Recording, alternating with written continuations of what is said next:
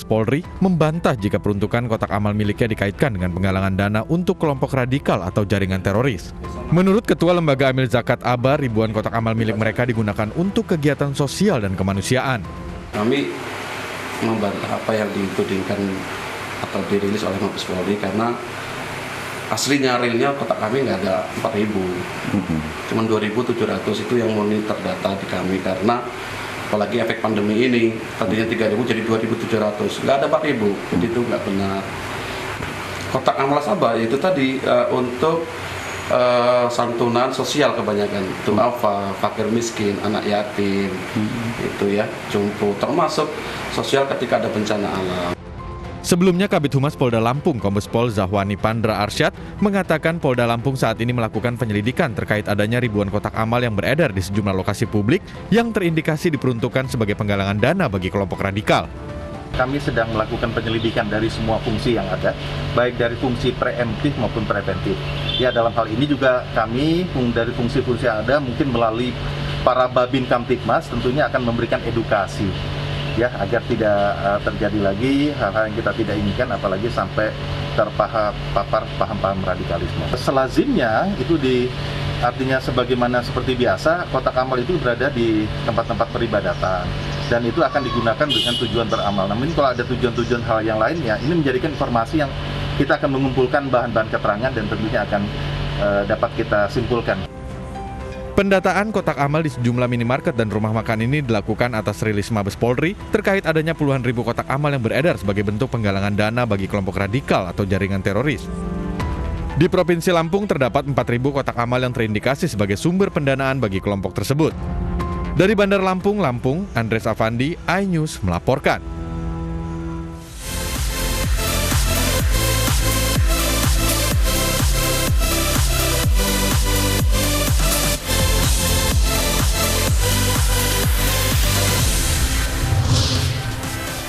Polisi tetapkan 5 tersangka kerusuhan pabrik nikel di Konawe, Sulawesi Tenggara.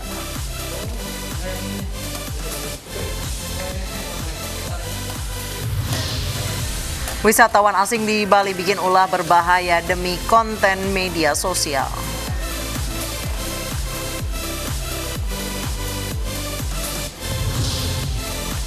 Kambing yang mati misterius di Kuningan, Jawa Barat terus bertambah.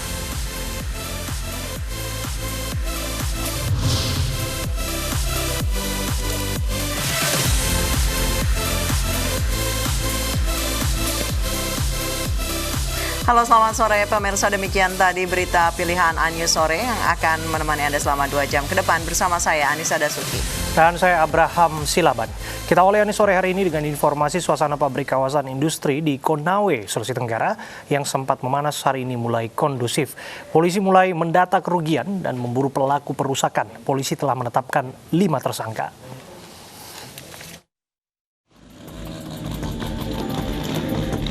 Situasi pabrik Virtu Dragon Nikel Industri di Konawe, Sulawesi Tenggara yang sempat memanas pada Senin malam hari ini mulai kondusif. Puing-puing sisa pengerusakan dan pembakaran masih ada di lokasi kejadian. Puluhan truk dan alat berat hangus dibakar massa pada demo anarkis Senin kemarin. Polisi kini memburu pelaku pengerusakan dan pembakaran pabrik.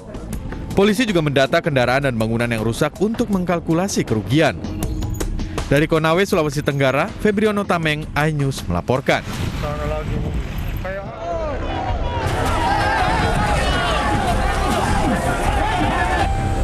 Massa membakar sejumlah bangunan, kendaraan hingga alat berat di pabrik Virtu Dragon Nikel Industri Konawe, Sulawesi Tenggara Senin kemarin. Karyawan pabrik menuntut kenaikan upah dan pengangkatan karyawan tetap.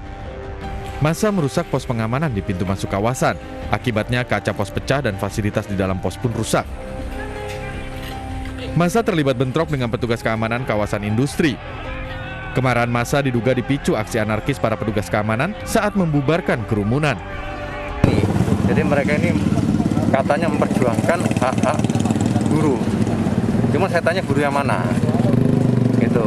Ya, sedangkan di sini mereka dilempari oleh para guru. Gitu. Ini yang tadi yang masih bertahan di sini adalah dari UNAHA. Jadi Serikat Pekerja dari UNAHA. Nggak tahu apa yang diperjuangkan mereka ini. Itu katanya perjuangannya untuk menuntut yang 3 tahun belum ada kejelasan jadi tenaga kerja tetap, yang tuntut sama kenaikan upah. Polisi langsung mengamankan lokasi sekitar kawasan industri untuk mencegah adanya aksi anarkis susulan. Dari Konawe, Sulawesi Tenggara, Mukhtarudin, iNews melaporkan.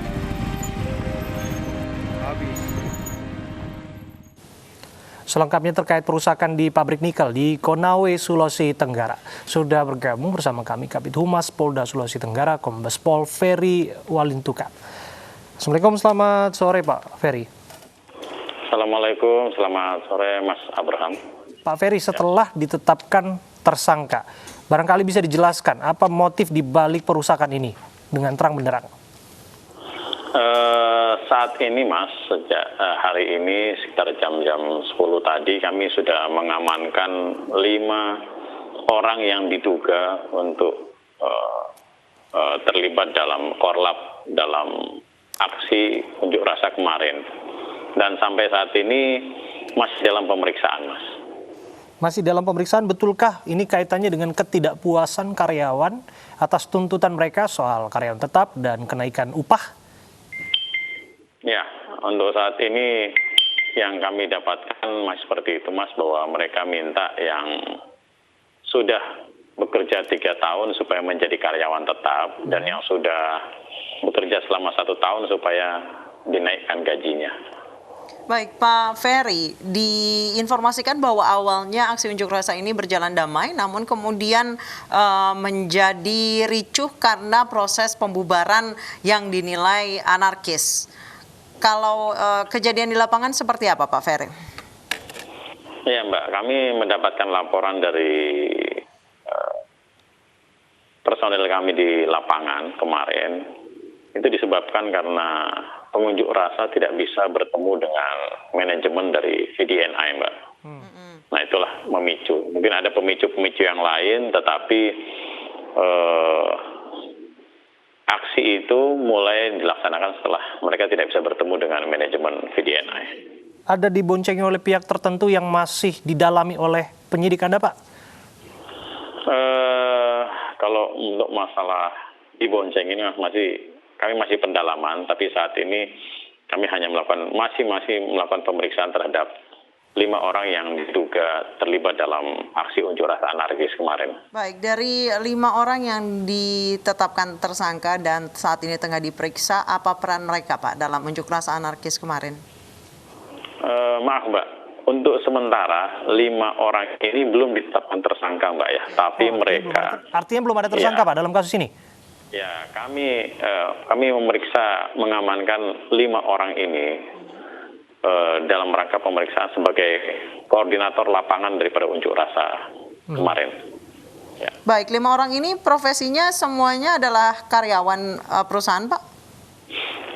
Mereka ini Mbak yang mewakili daripada karyawan yang dari Serikat Perlindungan Tenaga Kerja Kabupaten Konawe, ada yang dari DPW Federasi Kesatuan Serikat Pekerja Nasional, kemudian ada dari Front Nasional Perjuangan Buruh Indonesia. Baik, berarti bukan karyawan pabrik nikel itu ya Pak ya? Ya, kami masih belum terkonfirmasi mereka 5 sebagai karyawan belum. Artinya polisi sampai saat ini sejauh ini belum bisa menyimpulkan siapa yang pertama kali memulai aksi anarkistis, perusakan dan pembakaran. Kami masih dalami Mas untuk masalah itu Mas Abraham. Oke, Pak, soal tuntutan karyawan tetap dan kenaikan upah ini, apakah semata-mata soal ini Pak? Klise sekali apabila persoalannya hanya semata-mata soal ini. Nampaknya demikian ya Pak, bisa dijelaskan?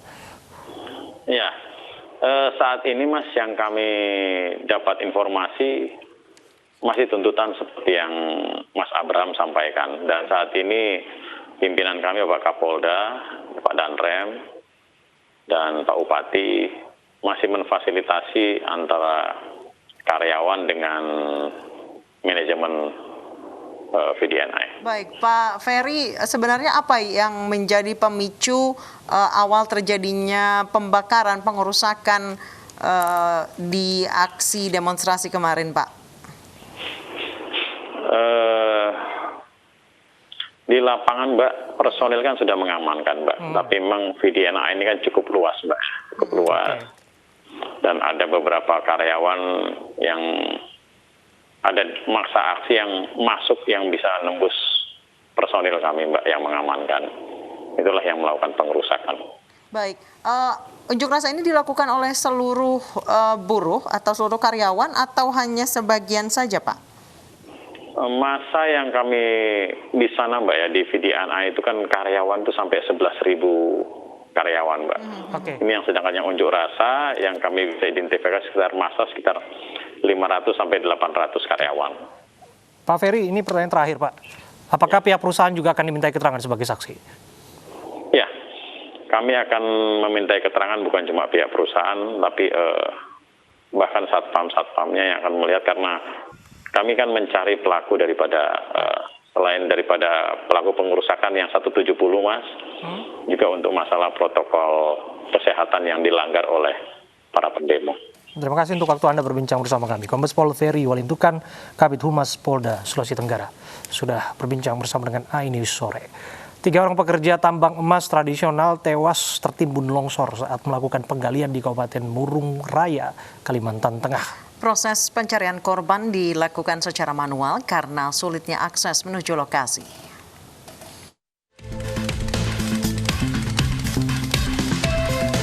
Inilah rekaman video detik-detik evakuasi korban tewas tertimbun longsor di area tambang emas ilegal di Desa Olung Hanangan, Kecamatan Tanah Siang Selatan, Kabupaten Murung Raya, Kalimantan Tengah.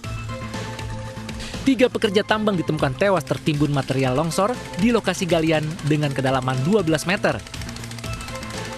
Sulitnya akses menuju lokasi membuat pencarian korban dilakukan secara manual dengan menggunakan alat seadanya. Penyidik Satreskrim Polres Murung Raya, Kalimantan Tengah menetapkan tersangka mandor kepala berinisial RB yang mengatur jalannya kegiatan penambangan sekaligus pemilik alat semprot di lokasi tambang. Kita menetapkan 1 orang tersangka atas nama inisial R.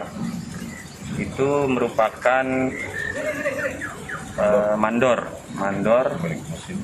yang melakukan pekerjaan di lahan yang longsor tersebut.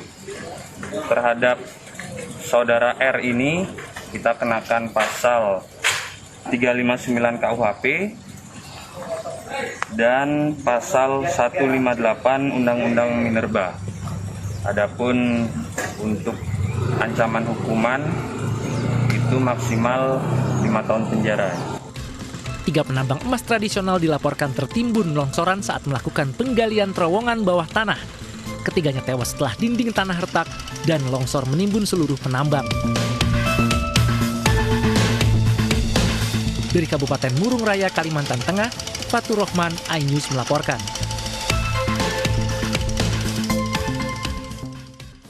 Seorang bayi yang baru dilahirkan dibunuh ibu kandungnya di Temanggung, Jawa Tengah.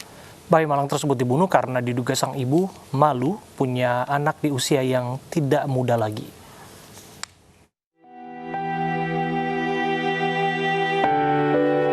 Beginilah kondisi bayi malang yang baru lahir dan dikubur di kebun warga di Temanggung, Jawa Tengah.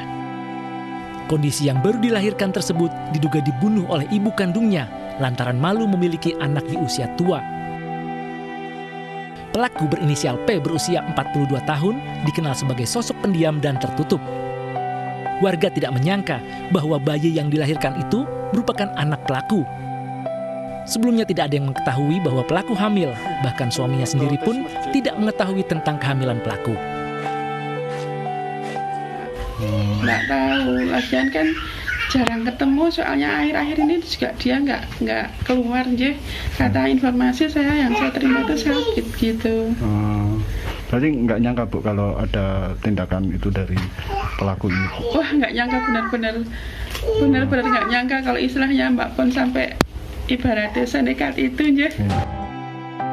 Polsek Kedu, Jawa Tengah telah menetapkan sang ibu bayi sebagai tersangka. Namun saat ini pelaku masih dirawat di Rumah Sakit Joyonegoro Temanggung untuk memulihkan kondisinya. Kasus pembunuhan bayi terjadi pada akhir pekan kemarin. Seorang ibu yang melahirkan di kandang kambing diduga membunuh bayinya sendiri usai dilahirkan. Kehamilan pelaku ternyata tidak diketahui suaminya. Sang suami justru membantu mengubur bayi malang itu di kebun belakang rumah karena mengira itu adalah jasad anak kambing yang baru lahir. Namun kejadian terkuak ketika warga protes karena suami pelaku mengubur bangkai di kebun yang akan menimbulkan bau busuk. Tak disangka, ketika dibongkar kembali, ternyata yang dikubur adalah sesosok jasad bayi. Warga langsung melaporkan kejadian tersebut ke polisi. Dari Temanggung, Jawa Tengah, Didik Dono Hartono, iNews melaporkan. Dan saat ini sudah bergabung bersama kami Kasat Reskrim Polres Temanggung, AKP Nimade Sriniti, untuk membahas pembunuhan bayi di kandang kambing. Assalamualaikum, selamat sore Bu Sri. Waalaikumsalam Mas, selamat sore. Ya, Bu Sri, pertanyaan pertama saya, apakah kondisi kejiwaan pelaku baik-baik saja? Jika dari kondisi kejiwaan, dari kasat mata, pada saat dimintai keterangan oleh penyidik, pelaku sadar, dan terkait ada kejiwaan yang lainnya, itu perlu pendalaman dari penyidik kami. Oke, artinya pelaku menyadari perbuatannya? Pelaku menyadari perbuatannya. Ketika ditanya juga, awalnya menutupi. Pelaku inisial T yang merupakan ibu kandung korban memang awalnya sempat menutupi perbuatannya itu, namun ketika didalami lagi oleh penyidik, pelaku akhirnya mengakui perbuatannya. Oke, Bu Sri, ini dilakukan seorang diri, barangkali bisa dijelaskan yang membantu proses persalinan siapa, kemudian sampai pada akhirnya mengakhiri nyawa buah hatinya yang seharusnya ini dicintai. Jadi hasil pendalaman dari penyidik, untuk pelaku inisial P pada hari Kamis mengaku melahirkan sendiri. Pada saat itu pelaku berada di kandang kambing di rumahnya. Nah, setelah melahirkan itu pelaku panik, kemudian menutup hidung si bayi karena menangis pada saat itu agar tidak terdengar oleh tetangga atau warga sekitar. Kira berapa menit, dan kemudian ketika bayi ini tidak bersuara lagi, kemudian dibungkus dengan kain. Dan akhirnya kemudian baru diketahui esok harinya, yaitu hari Jumat tanggal 11 Desember. Baik, Ibu Sri, alasan pelaku membunuh bayinya adalah malu karena melahirkan bayi di usia yang tidak lagi muda. Kalau menurut pengakuan tersangka atau pelaku, memang ada penghakiman dari masyarakat sekitar jika memang seorang ibu ini mengandung atau melahirkan di usia yang cukup tua, atau bagaimana hingga akhirnya dia memilih untuk membunuh anaknya sendiri? Jadi terkait itu memang terhadap tersangka P ini agak tertutup. Jadi memang dari warga sekitar pun juga tidak mengetahui terkait kehamilan si pelaku ini. Dan untuk motif awal kita dapatkan itu dari yang pertama malu, karena memang si pelaku ini sudah memiliki anak dan juga memiliki cucu, baru juga lahir, dan juga ada motif ekonomi di sini, dan itu masih kita dalami. Bu Sri, agak janggal dirasa apabila suaminya tidak mengetahui kehamilan istrinya. Baik, jadi terkait keterkaitan suami pelaku sampai saat ini masih berstatus sebagai saksi, dan memang pengakuan dari saksi suaminya tersebut memang tidak mengetahui bahwa istrinya hamil, dan juga yang saksi ini juga kaget pada saat ada penemuan bayi tersebut. Baik, Ibu Sri, pembunuhan terhadap bayi yang baru dilahirkannya ini memang sudah direncanakan sejak lama atau terjadi spontan? Dari hasil pendalaman awal, si pelaku ini kaget, spontan, panik karena memang dilahirkan itu tidak direncanakan pada saat hari Kamis itu. Kemudian karena panik itulah kemudian dibekap dan akhirnya dibungkus dengan kain, seperti itu dari hasil pendalaman. Namun itu masih kita dalami kembali dan masih dalam proses penyidikan lebih lanjut. Baik, jadi selama 9 bulan mengandung, pelaku ini mengetahui dirinya hamil? Terkait itu kita masih dalami ya Mbak, karena pada saat ini pelaku masih proses perawatan karena sempat mengalami pendarahan. Baik, terima kasih. Baik, terima kasih AKP Nimade Sriniti, Kasat Reskrim Polres Temanggung telah bergabung bersama kami di iNews Sore. Pemirsa, pembunuhan terhadap anak bukan sekali ini saja terjadi. Perbuatan lebih sadis bahkan pernah terjadi di beberapa daerah seperti di Nias, Sumatera Utara. Seorang ibu tega membunuh 3 orang anak kandungnya sekaligus. Peristiwa pembunuhan anak juga terjadi di Bogor, Jawa Barat dan Jember, Jawa Timur.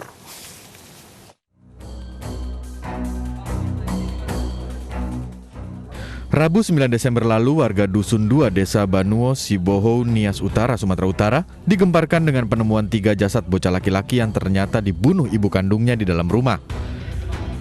Suami tersangka mencegah upaya bunuh diri istrinya dengan dibantu warga sebelum akhirnya diserahkan ke polisi. Pembunuhan berawal saat suami bersama keluarga meninggalkan tersangka dan 3 korban untuk memberikan hak suara di tempat pemungutan suara yang berjarak 5 km dari rumah. Usai memberikan hak pilih, keluarga yang pulang mendapati suasana rumah yang sepi dan pintu tidak terkunci. Keluarga terkejut saat mendapati 3 bersaudara yang masih berusia 5, 4, dan 2 tahun meninggal dunia dengan kondisi mengenaskan, dengan ada tersangka di sampingnya. Motif tersangka tega menghabisi nyawa anaknya ini karena himpitan ekonomi. Penyidik Polres Nias sempat terkendala memeriksa karena tersangka terluka di bagian leher saat mencoba bunuh diri namun berhasil digagalkan oleh suami tersangka. Namun pada Minggu pagi 13 Desember tersangka meninggal dunia saat dirawat di RSUD Gunung Sitoli. Tersangka diketahui tidak mau makan saat ditahan di Polres Nias hingga diduga penyakit asam lambung yang dideritanya kambuh. Di Jember, Jawa Timur, warga menemukan sesosok jasad bayi dalam kondisi hangus terbakar di pinggir sungai. Bayi perempuan yang tidak berdosa ini pertama kali ditemukan seorang penambang pasir yang sedang beraktivitas di Sungai Keramat.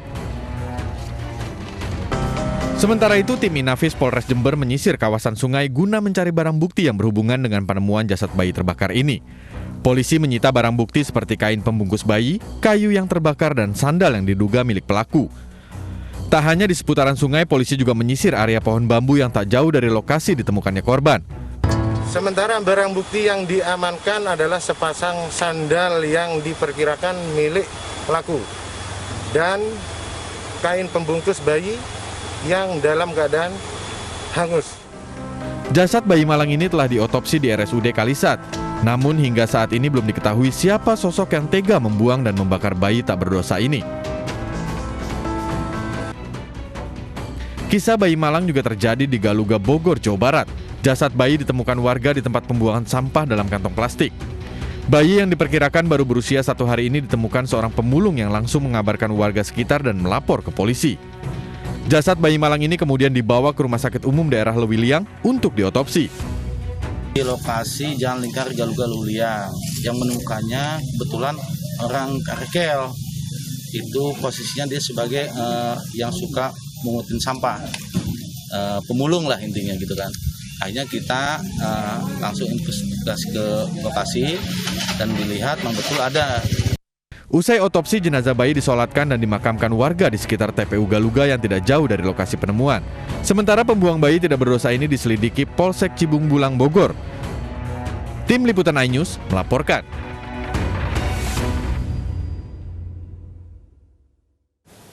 Aksi membahayakan wisatawan asing yang menerjunkan diri dengan mengendarai sepeda motor di Karangasem, Bali viral di media sosial. Informasi selengkapnya akan kami hadirkan usai jeda.